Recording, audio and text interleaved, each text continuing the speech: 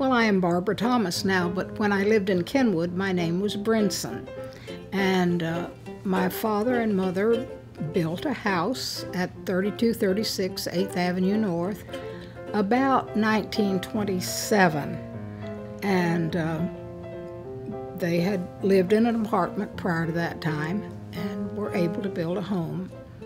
And as far as I know, the house is still there and still in good standing. As all these years it's lasted.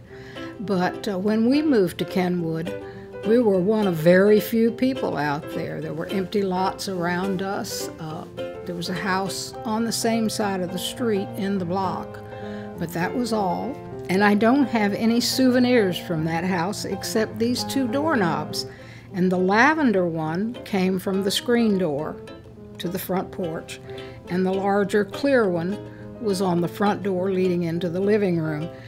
Someone told me, and I don't know whether it's a fact or not, but the lavender one is that color because of the sun, that originally that probably was clear.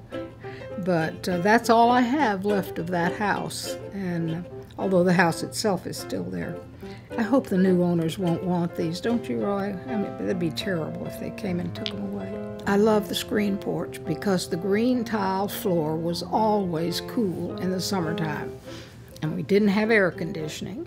We had a swing on the porch at one point, and so in the summer, that was where I played dolls or paper dolls, whatever, out on the cold floor.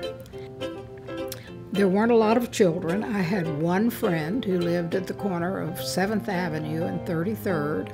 She was a year older than I. We would ride tricycles together.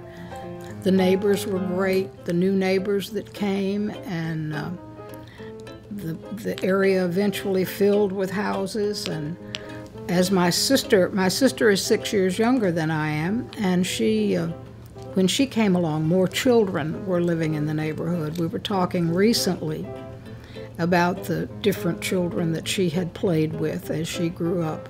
34th Street, or US 19, which is so heavily trafficked today, at that time was a creek, and it only had crossings at 5th Avenue and 9th Avenue. To get to town, if you didn't have a car, you had to walk to 28th Street and catch the trolley. And so as this little trolley would go up the hill, it would sway to side to side. And that's how we got to town. And it also, when I was in high school, that was transportation for a lot of the high school students, because St. Pete High was the only high school in the city at that time. Well, you know, if you lived in Kenwood, you obviously went to St. Pete High. And we both went to St. Pete High. We did. Of course, I went 30 years before you did, but nevertheless. But the school hadn't changed much. That's the right. teachers changed, and some of the clubs and the social activities, but the architecture remained pretty much intact over the years. And if you walk through there today, they've kept the historical presence. I knew Roy Adams before he was born, and I knew his father before he was married.